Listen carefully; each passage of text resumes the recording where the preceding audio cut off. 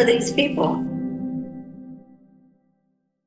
You know, we haven't talked much about Ukraine in the last, I don't know, several months. It's basically not really been moving much. There's been a lot of head fakes. You know, Trump said he would end it on day one. We all knew that wasn't going to happen. But I saw this post and I thought it was really interesting, and it's starting to really pop up again. And I don't know if it's because they're looking to free up the budget, if they're looking to wrap it up and move it somewhere else, if they're looking to just take it to the next level and escalate.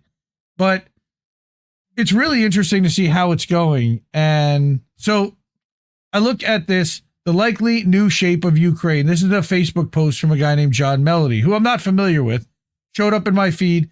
And I looked at some of these maps and I'm like, this is really interesting. So the first thing is the post says, after Victoria Nuland, Obama and Hillary Clinton et al. Instigated the Maidan coup in 2014, the Banderite Nazis bombed the eastern Russia-centric oblasts, killing 14,000 civilians. Putin stepped in to stop the slaughter and put down the Nazis. After millions of deaths caused by the U.S. and EU and NATO military-industrial complex warmongering, the borders might align the way they probably should have been drawn in the first place. So this shows the borders from several different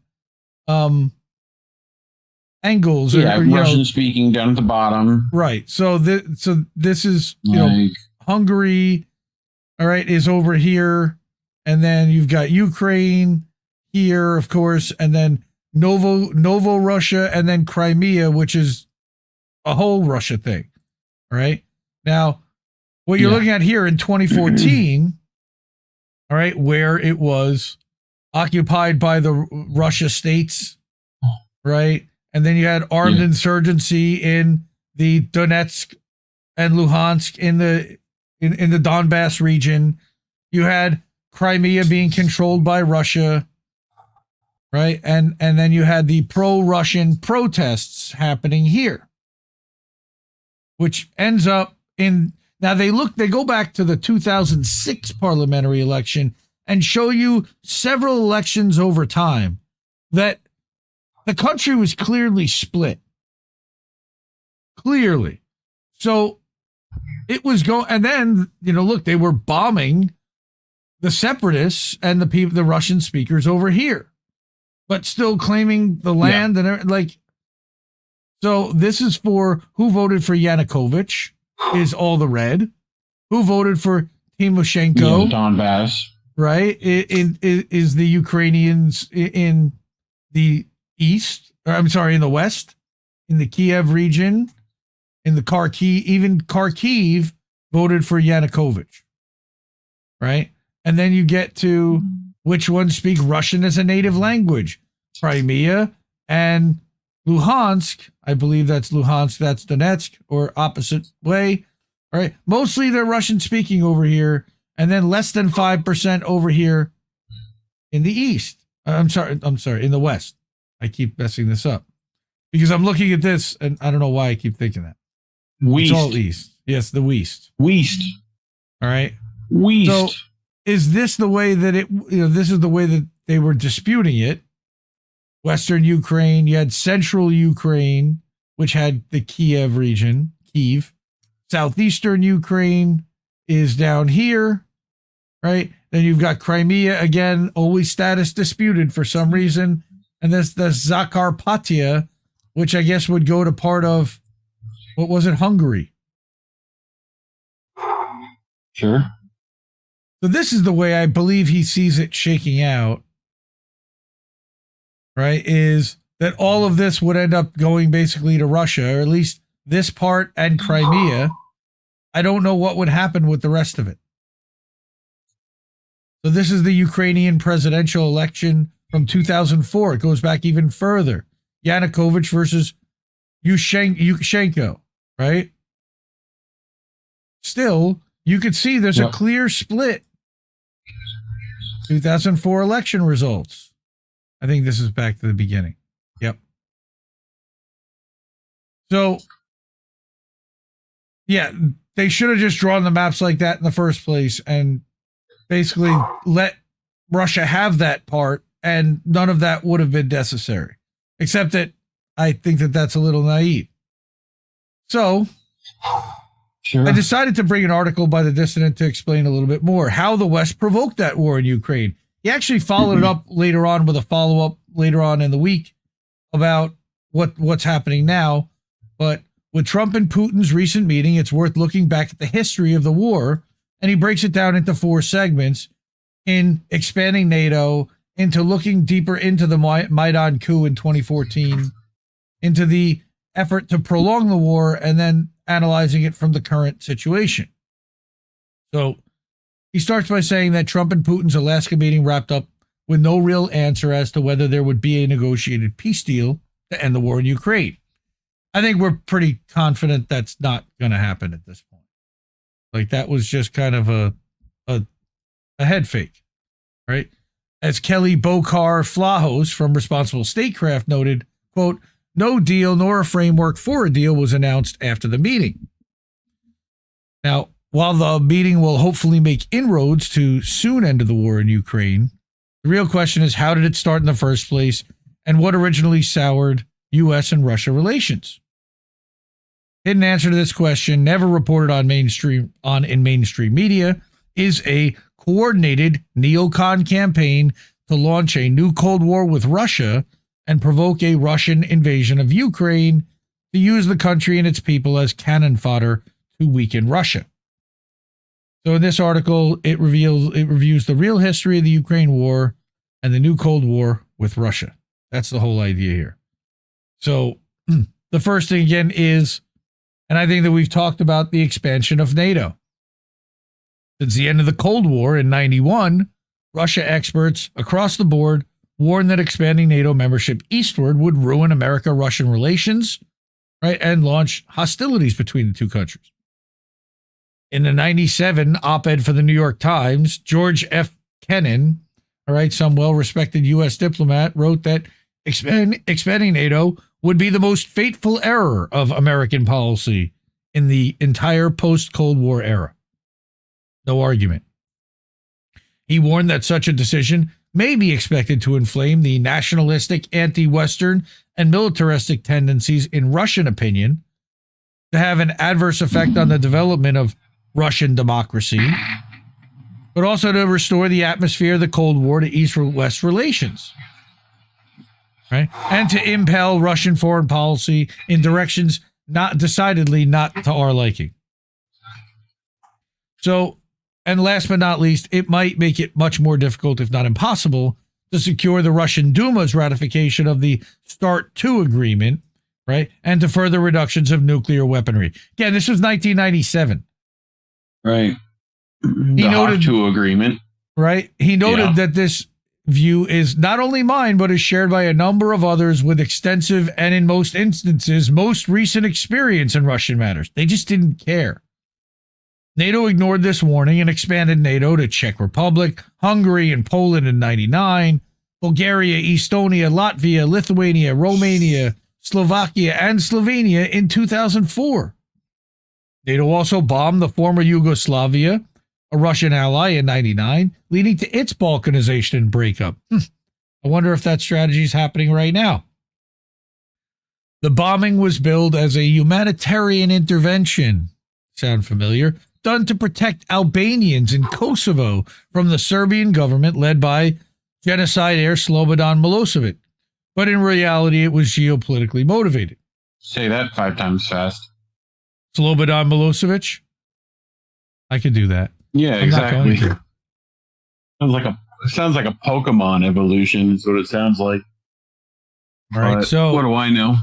here's, you got a former Canadian ambassador to Yugoslavia, which later wrote that media reports have revealed that as early as 1998, CIA, assisted by British Special Armed Services, were arming and training Kosovo Liberation Army members in Albania to foment armed rebellion in Kosovo. That would never happen. What? The KLA terrorists were sent back to Kosovo to assassinate Serbian mayors, ambush Serbian policemen, to do everything possible to incite murder and chaos. Syria rings a bell. The hope was that Kosovo in flames, with Kosovo in flames, NATO could intervene and in so doing, not only overthrow Milosevic, the Serbian strongman, but more importantly, provide the aging and increasingly irrelevant military organization with a reason for its continued existence. That's a great question. Why does NATO still exist? It's a military thing. As Noam Chomsky said, quote, in the year prior to the bombing, according to Western sources, about 2,000 people were killed. According to the British government, which was the most hawkish element of the alliance, up until January 1999, a majority of killings came from KLA guerrillas who were coming in, as they said, to try to incite a harsh Serbian response. Sounds like a false flag almost, which they got in order to appeal to Western humanitarians to bomb, which they got. They were being supported by CIA in these months. Again, not a surprise. Yeah. He quotes Jeffrey Sachs about bombing Belgrade for 78 days.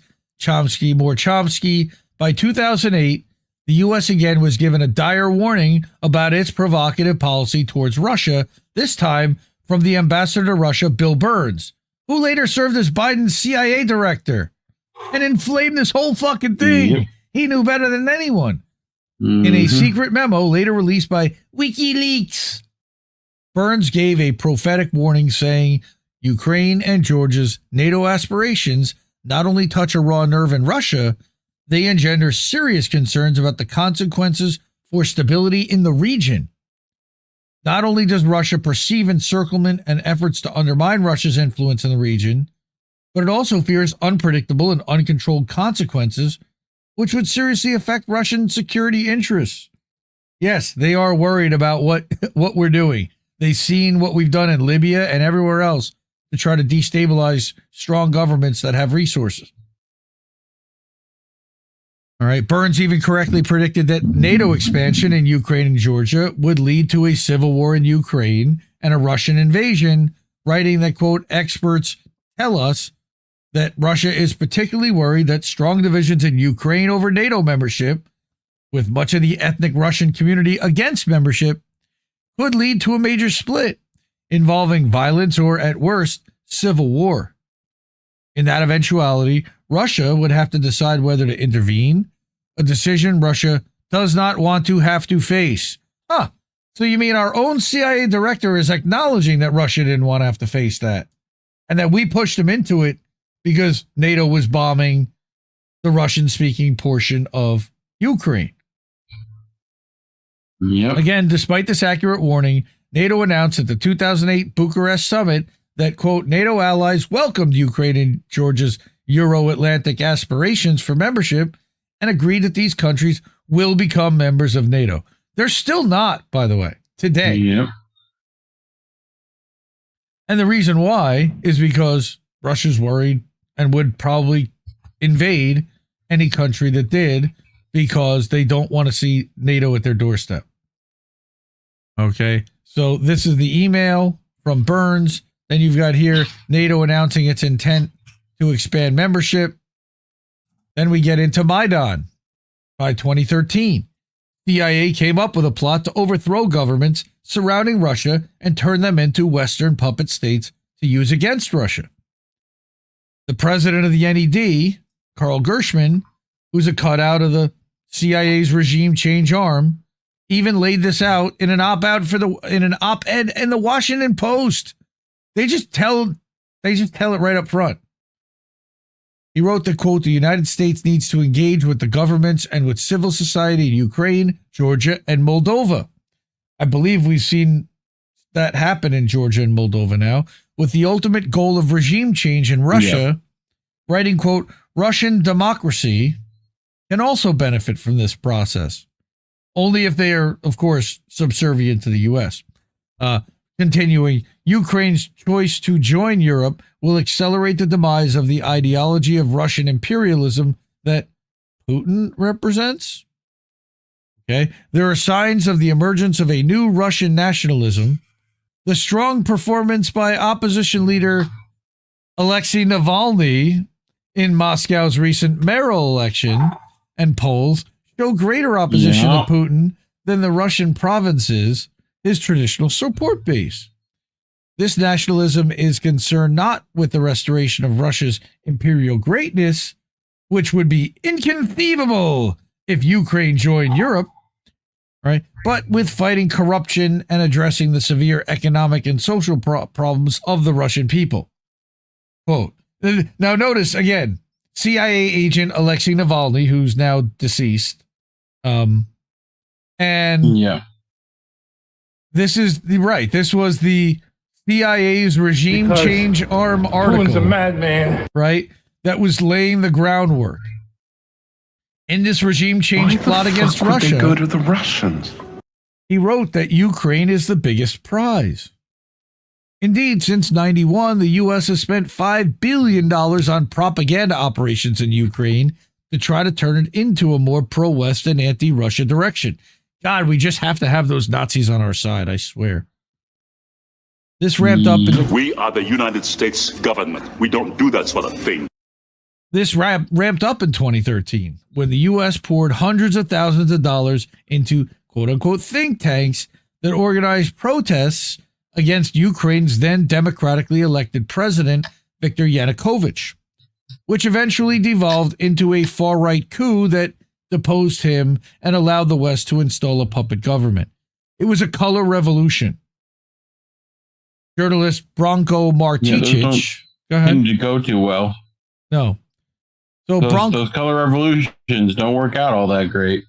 They do for the West, and they do temporarily, but long term they tend to not so much. Yep.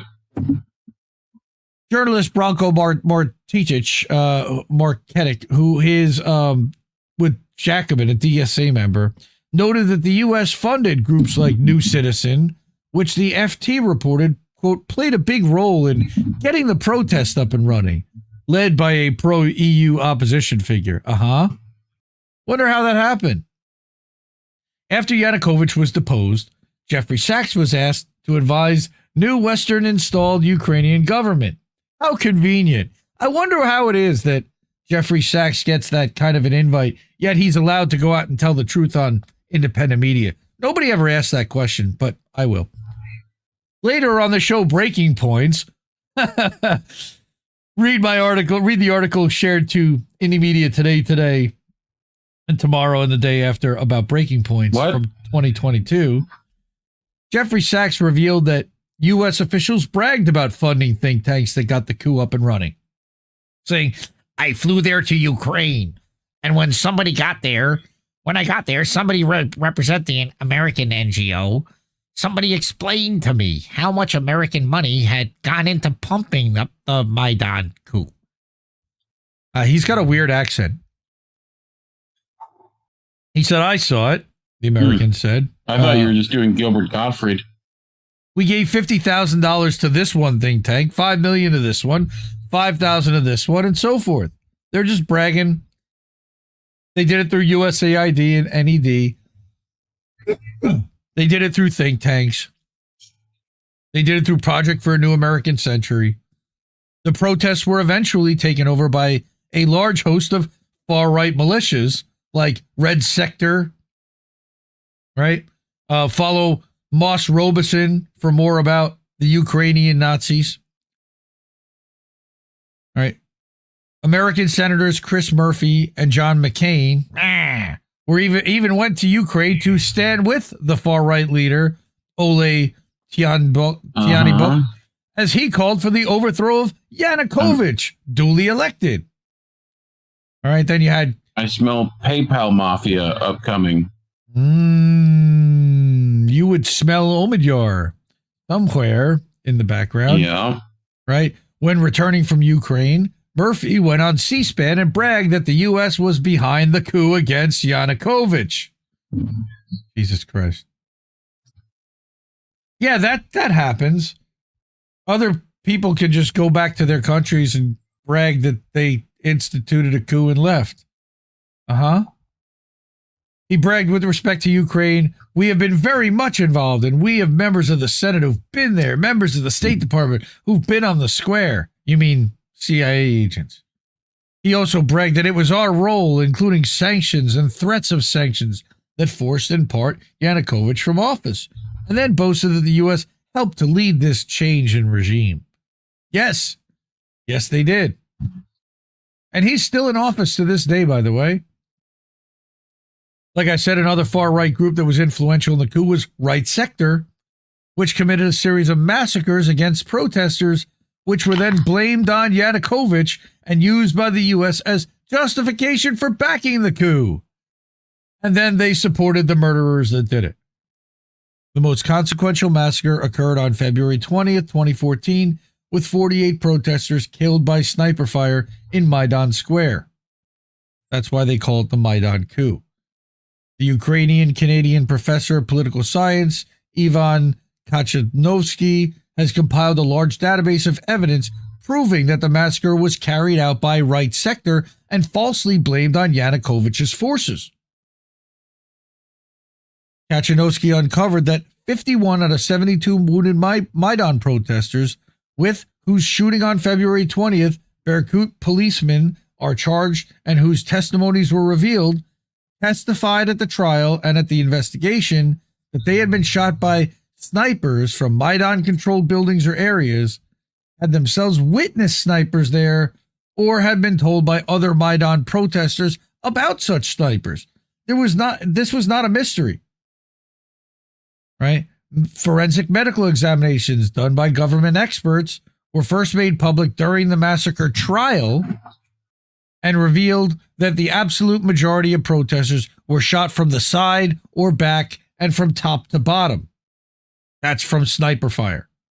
Most photos and videos, however, show that the absolute majority of those killed and wounded had the Berkut police in front of them and at ground level, whereas the Maidan control buildings were generally behind them and on the left and right side. And 48 out of 51 Who are these people? Who are these people? Thank you. Had steep entry wounds, all right, consistent, all right, with the theory that they were shot by snipers in Maidan-controlled buildings or on the roofs of these buildings. So there was very little doubt, a lot of receipts. Then we get to Victoria Nuland. The U.S. used this coup to install a puppet government in Ukraine. Then Assistant Secretary of State Victoria Nuland was caught on tape plotting to install Yatsenyuk, or Yats, as the interim prime minister of Ukraine, who then got that position after Yanukovych was removed. It's very famous. She's on tape saying Yats is the guy. They were thinking about making Vitaly Klitschko the mayor at the time. Who are these people? Who are these people? Ooh, another one. Thank you. One of the reasons for this, as Forbes noted at the time, was because Yanukovych resisted the IMF's demand to raise taxes and devalue the currency, while Yats didn't mind. Weird. All right. Another reason was that the West wanted a Ukrainian government that was openly hostile to Russia. As Konstantin Bondarenko, one of Ukraine's leading political scientists, put it, quote, the West, however, did not want a Ukrainian president who pursued a multi-vector foreign policy. The West needed Ukraine to be anti-Russia, with clear opposition between Kiev and Moscow. Yanukovych was open to broad cooperation with the West, but he wasn't willing to confront Russia and China, which was smart. The West could not accept this ambivalence. The West needed a Ukraine charged for confrontation and even war against Russia, a Ukraine it could use as a tool in the fight against Russia. All right, this was, again, one of Ukraine's leading political scientists who analyzed this, and he's admitting this. And again, this is a long piece, and this goes very deep into a bunch of, and this is only halfway through. All right, then we get into prolonging that war. Right, by 2022, Russia had set out a list of demands for the West to stop their invasion of Ukraine. And it was very simple. NATO guarantees it won't deploy missiles in nations bordering Russia. They're already in place from Slovenia to Romania, with Poland to follow, by the way. NATO was supposed to stop military and naval exercises in nations and seas bordering Russia. Now, NATO said Russia can't dictate to us what we can and can't do. Ukraine will never become a NATO member, Well, they're again saying that's not up to Russia to decide. The West and Russia should sign a binding East-West security pact. We don't see that happening anytime soon. And then also the landmark treaty between the U.S. and Russia covering intermediate-range nuclear weapons would then be restored, meaning and abandoning nuclear weapons. Read that right. Russia wants to abandon the pursuit of nuclear weapons. Not us. Russia. Though they fearmonger that Russia's the one that are pushing us toward the nuclear brink. No, it's us. It's always been us. All right, there's Jeffrey Sachs again talking about exactly what happened, what's happening now. Ukrainian outlet Pravda reported at the time again that Boris Johnson appeared at the Capitol almost without warning. This is talking about how they had a deal in April of 2022. Pull down the peace deal, right? Mm-hmm. Yeah. And said that even if Ukraine is ready to sign some agreements and guarantees with Putin that the West was not, and that he couldn't sign, and that Zelensky should surrender and flee, but now felt that Putin was not really as powerful as they previously imagined, and here was a chance to press him. 3 days after Johnson left for Britain, Putin went public and said talks with Ukraine had turned into a dead end. And it was then continued to be funded and armed by U.S. and London mostly. London even sent, irradiated shells and stuff, I remember. Right, and then we get to the current situation. Because the West provoked... Uranium-tipped munitions. That's it. Because the West provoked and prolonged the war in Ukraine, 1 million people have been killed or wounded on both sides. Not 1.7 million Ukrainians, as somebody put out incorrectly earlier this week. Made a whole video about it, too.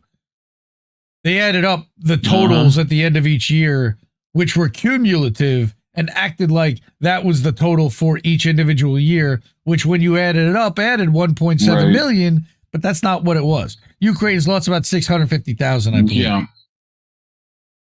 1 million killed or wounded is a ton of fucking people, by the way, for no reason at all. No good reason. The majority of Ukrainians are now desperate for an end to the war.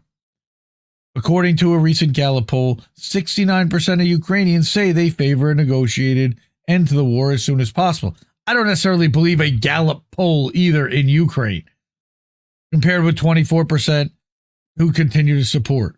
All right. That's a Western outlet polling Ukrainians. I smell bullshit there. I smell, narrative. Meanwhile, back at the Hall of Injustice, the Western-backed Zelensky government, remember, they are still illegally in place right now. They're effectively a dictatorship because his term expired and they decided to suspend elections. They're trying to continue the war to hold on to power. Sounds like what Bibi is doing in Gaza, even though that's not a war, that's a massacre. It's U.S. backed, all right? Because of this, the Ukrainian government has resorted to forcing people into vans and forcing them to die in the unwinnable war. Conscription. Financial Times wrote that videos shared on social media have shown Ukrainian men being picked off the streets and brutally crammed into vans, while angry locals are lashing out at military recruiters. The Telegraph newspaper recently wrote that Ukraine is visibly losing the war, right? A Polish media analyst, largely because of the manpower crisis. Again, this outlet noted that around 650,000 men of fighting age are thought to have fled Ukraine as well. Others hide or bribe draft officers and army psychiatrists for health exemptions. Right? Continuing the war at this point would be pure cruelty, forcing a war-weary population to fight in an unwinnable war that they've already been in for 3.5 years. But the fundamental point is that the war should never have happened to begin with, as the Dissident points out, okay, and has brought nothing but death and destruction to Ukraine with no benefit. None. The West could have prevented the war. They could have negotiated a stop to the Russian invasion. They could have supported the Istanbul peace talks, but instead they decided to use Ukraine as a pawn to weaken their geopolitical enemy, Russia. And in a lot of ways, I don't think it accomplished what they wanted it to. Really. I don't know. Because after 3 years, Russia does not seem to be very much weakened. I mean, they've certainly lost a lot of people militarily, for sure. Yes, the Daily Tory graph is toilet paper. I agree, Kieran Pine, for sure. Now, there's more here. There's this one, and this talks more about Victoria Nuland, all right? Back in 2016, again, John Earl, back in 2016, Victoria Nuland bragged to Congress about how thoroughly Washington had taken over Ukraine after the 2014 coup. She laid it out without shame. U.S. operatives embedded in a dozen Ukrainian ministries. American-trained cops patrolled 18 cities. The U.S. Treasury gutted 60 Ukrainian banks while sparing depositors to keep people quiet. And hundreds of millions of dollars were funneled into molding Ukraine's military. This wasn't assistance. It was a takeover dressed up as aid. And guess what? It's continuing to this day. She's anything but honorable. She's an awful human being. All right. And then the last thing I wanted to bring was about Eva Bartlett, Indie Media Award honoree. Right. She wrote an article on her WordPress blog, which is InGaza.wordpress.com. And it's titled Grok is a Crock of, because 3 years ago, we read an article by Eva on the show about pedal mines in Donetsk. And you read here that she says that she was in Donetsk when Ukraine fired rockets containing the pedal mines. She documented their presence in streets, parks, residential areas of Donetsk, and an orphanage in Makiva to the east, right? Versus DW and France 24 fact checkers. So what had happened was somebody had asked Grok about the pedal mines, and Grok disputed their existence. Yeah. Right? So she says, interestingly, Her on and Twitter. Alina Lip, right? I believe Did a so. bunch on that. Yes. And Alina Lip is facing prison time in Germany for it. Yeah. Increasingly on Twitter, people are relying on Elon Musk's Grok algorithm, you know, the AI bullcrap, for verification of information in posts. However, while to some this may seem like a useful tool, what it is doing is reinforcing Western and allied regimes' positions and whitewashing their crimes. No, they never would do that. Grok draws information. No.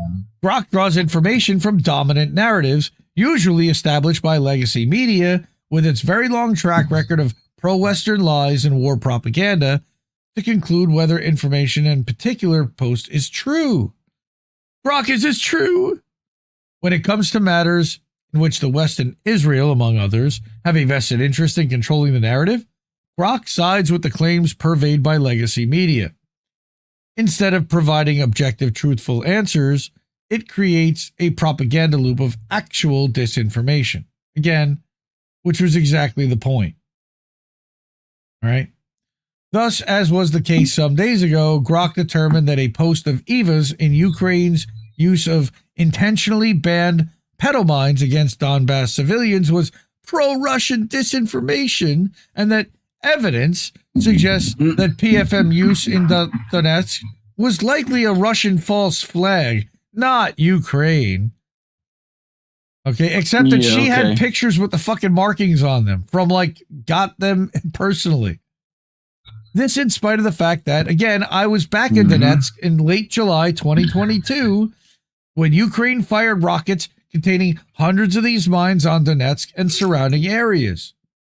On July 30th at 9:23 p.m., she wrote on her Telegram channel about a strong explosion that she had just heard in central Donetsk.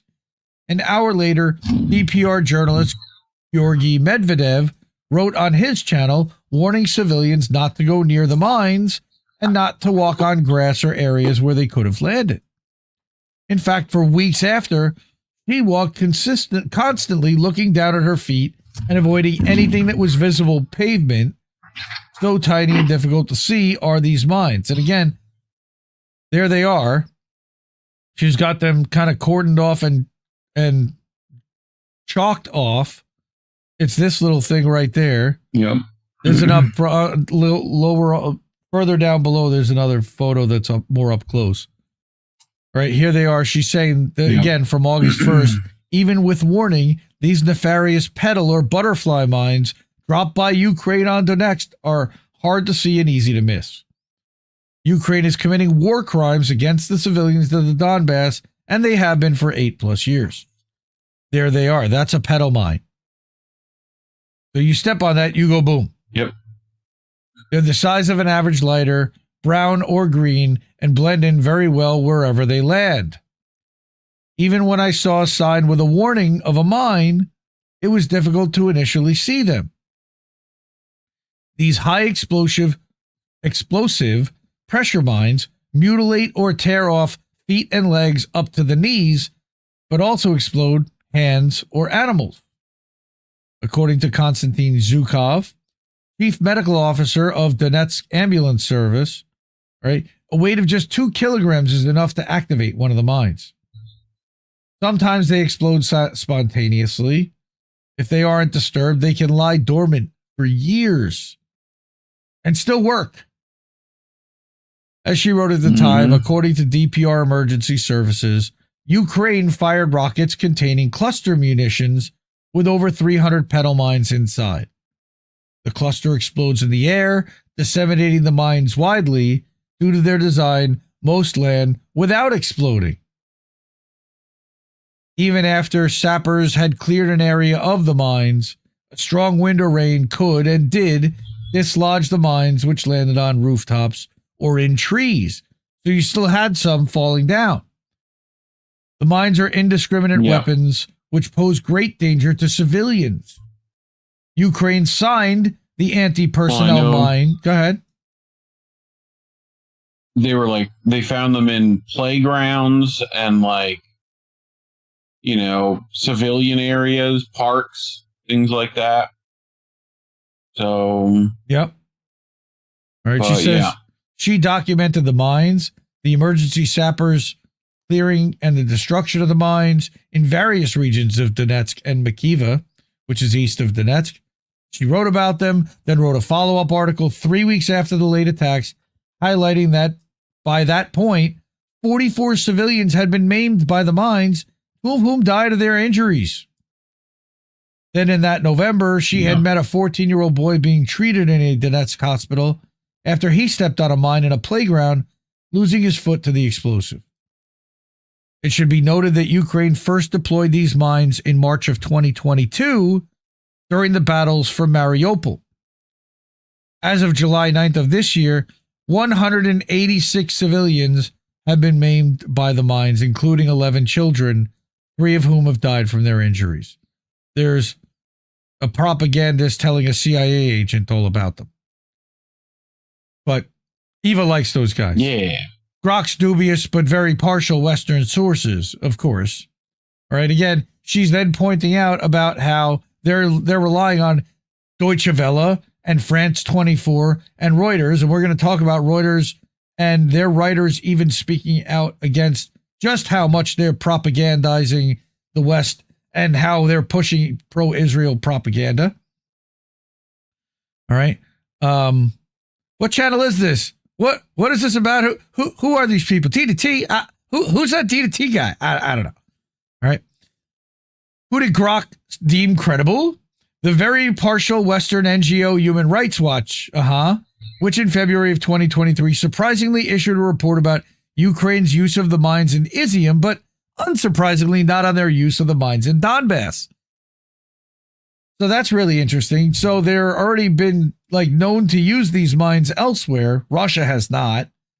They signed a treaty. Right. They have them. They signed a treaty not to use them, but they're clearly using them. Grok cherry-picked aspects of the Human Rights Watch report to whitewash Ukrainian culpability in the Donbass, adding claims from various Western agencies to accuse Russian forces themselves of dropping the mines on the Donbass cities. No evidence to that.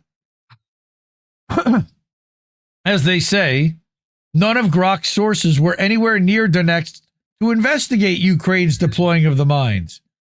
Trust me, bro.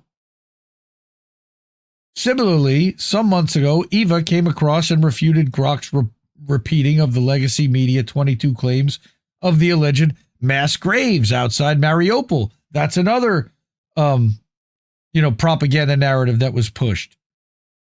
So Right. she says, I had actually gone in April of 2022 and again in November to each of the 3 sites named in the media reports and found no mass graves, but normal functioning cemeteries with individual plots, and in the case of the largest, Starry Krim, a chapel and a funeral ongoing at the time I was there, a recently deceased elderly man being buried in the cemetery.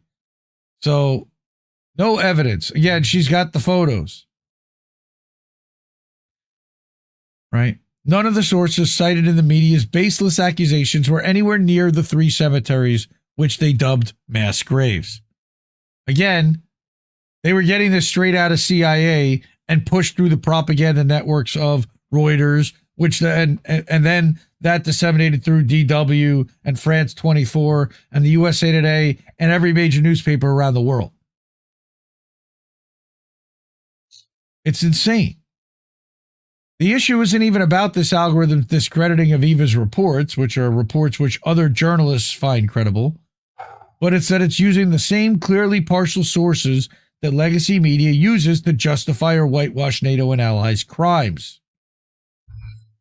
As she's written previously, Human Rights Watch is one of many Western-funded NGOs with a history of downplaying or ignoring crimes committed by Western governments or proxies.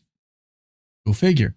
Human Rights Watch, Amnesty International, and the many more often oft-cited supposedly neutral bodies have very clear ties and allegiance directly to Western governments.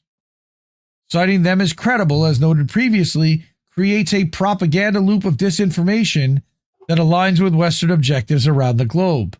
This isn't accidental, it's by design. That's right, Eva, thank you. Some on Twitter posit how Grok functions not actually AI, not independent. Right here. Grok barely resembles AI for what it's worth. It's essentially a Google-like search engine, similarly perverted by the security state, filtered through a large language model or a large language learning model to give it the veneer of or gloss of AI. It isn't independent, and its results can be predetermined. It only mimics intelligence. I found that you need to kind of lawyer your way into getting an answer, and then Grok will begrudgingly admit need to Google foo it. that, yeah, you're right. Yeah. Okay, yeah, okay, you got me there. Grok barely were there, well, okay. While Grok does seem malleable if enough people contribute non-Western talking points, as was the case on the thread in question, right, with Grok eventually admitting that her reporting was factual. Again, it will concede after you beat it up enough times. Its go-to programming is to recycle Western narratives, particularly anti-Russian ones, including parroting Western think tanks' calls for regime change in Russia. That's the whole goal here. They want to get rid of Putin so they can steal the resources. Who gave Ukraine Starlink? Who did that? That would be Elon Musk. Somebody. Oh, that guy. Right, so that was a little long. Hey. Because we had a bunch of stuff on Ukraine already. I wanted to go back through the history because we don't do that often enough. For those who are just catching up to what's going on in Ukraine now, we need to make sure that that history is solidified, planted, and people understand just who provoked this, just why everything is the way it is now, and the way that the U.S. wants it headed versus the way Russia wants it. Russia wants this done. Russia does not want to keep fighting. Yep. The people who want to keep fighting are us and the UK. Ukrainians apparently don't even want to keep fighting, although I don't necessarily believe that. I don't think that they ever want to concede part of their country to Russia. I think they've been brainwashed and propagandized into this nationalistic fervor that's cost them over 600,000 people already. An entire generation of fighters. It's sad. All right. So we're not going to get, YouTube does not like it when you don't parrot pro-Ukraine narratives. So we certainly won't be remonetized on INN for that. If you're able to and it means, please support the media you want to see. Those awesome people already have. Cash App, $ Indie News Network, ko-fi.com/Indie News Network, paypal.me/Indie News Network. Okay, over at our live site at indienewsnow.com, there's a tab to keep the news free, keep the media free. There's a ton of free news. That whole site is free. All right, at indiemediatoday.com, where we are live right now. And hi to everyone over there that's watching live. INNnewsletter.com, where we will be live also later on for boats smashing into other boats. Our Funny React show. If you haven't checked that out, check it out. It'll be live on our other channel, INN8, The Ocho. Love you all. Thank you so much for everybody who's here tonight. Support independent media because we need it more than ever. I truly believe that. And we'll see you soon. I love you all. Have a great night, everyone. We go party. Mwah. Ciao, baby. No! We just fucking lost the stream! I guess this isn't such an awful place. Is that what you want?